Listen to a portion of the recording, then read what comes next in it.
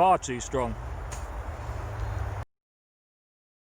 Here's my top 5 on things you can do to help you become a better wild food finder or forager. Number 1.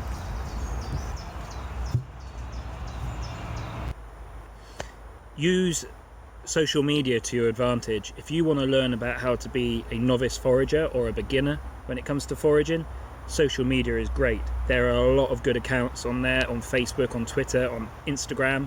On Instagram, follow Absolute Wild 2. On Twitter, he's Absolute Wild. I'll put a link in below. Peter's knowledge of what's in the wild is just next level. And also a person called Miles Irvin. He's got a book called the Forager Handbook that I'll put a picture up. There we go. Again, he's based in Kent, one of the top foragers in the country.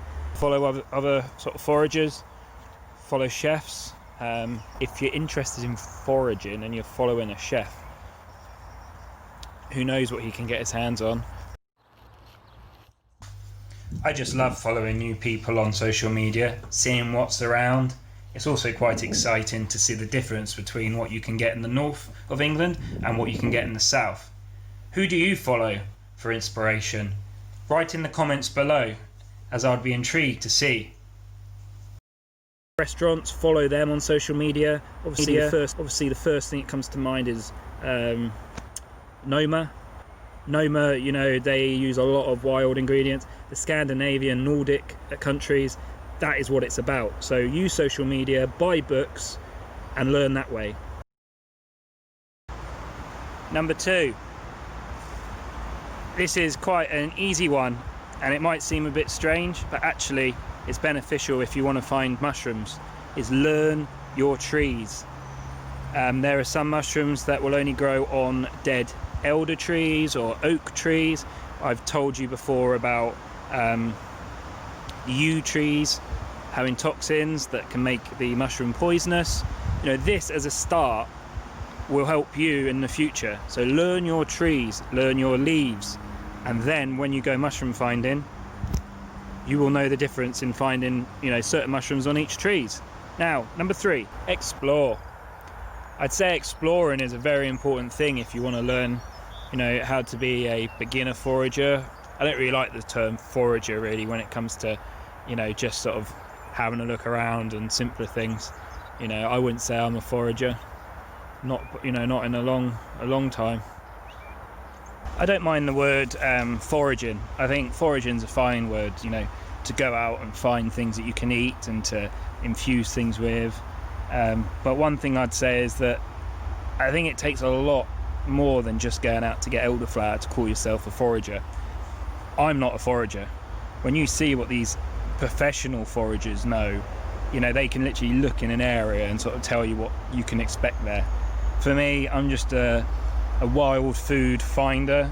I know very little, but I know enough that I can make it exciting for myself, and I could do some fun things in the kitchen with.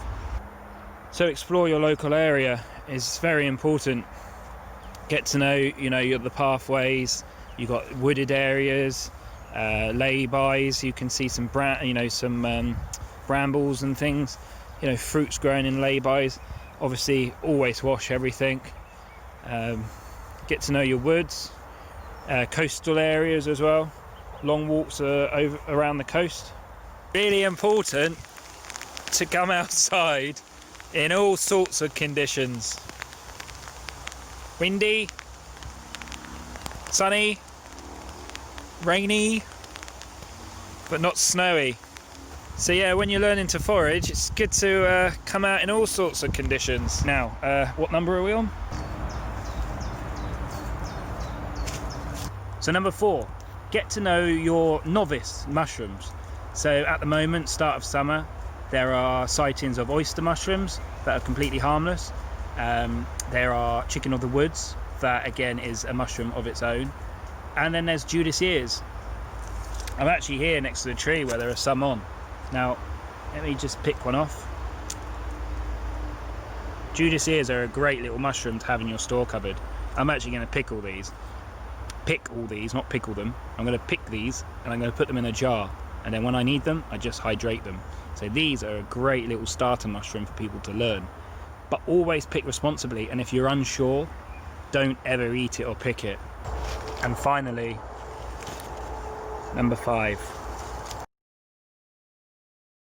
You have your cresses, you've got your seaweeds, you've got your sea veg, you've got your nuts, you've got your spices, you've got your mushrooms, your fruits. I don't know if I said your fruits, your berries, even your seeds. You can turn them into caper pods. You've got your roots as well. I can't really think of anything else. I'm sure there's plenty I've missed off.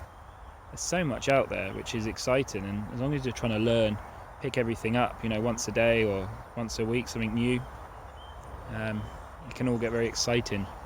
Is that it? Done? Any more? I think that's it. So really it's just about exploring your local area. The thing is you could go for a walk on a sunny day and see a few things in the woods. You get 2 or 3 days of rain, suddenly there's a whole new world out there with a bit of water.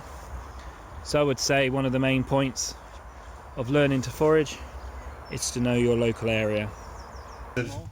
Thank you for watching this video.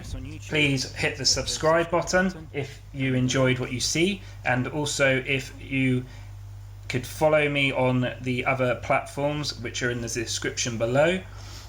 I really appreciate any of your likes and your comments.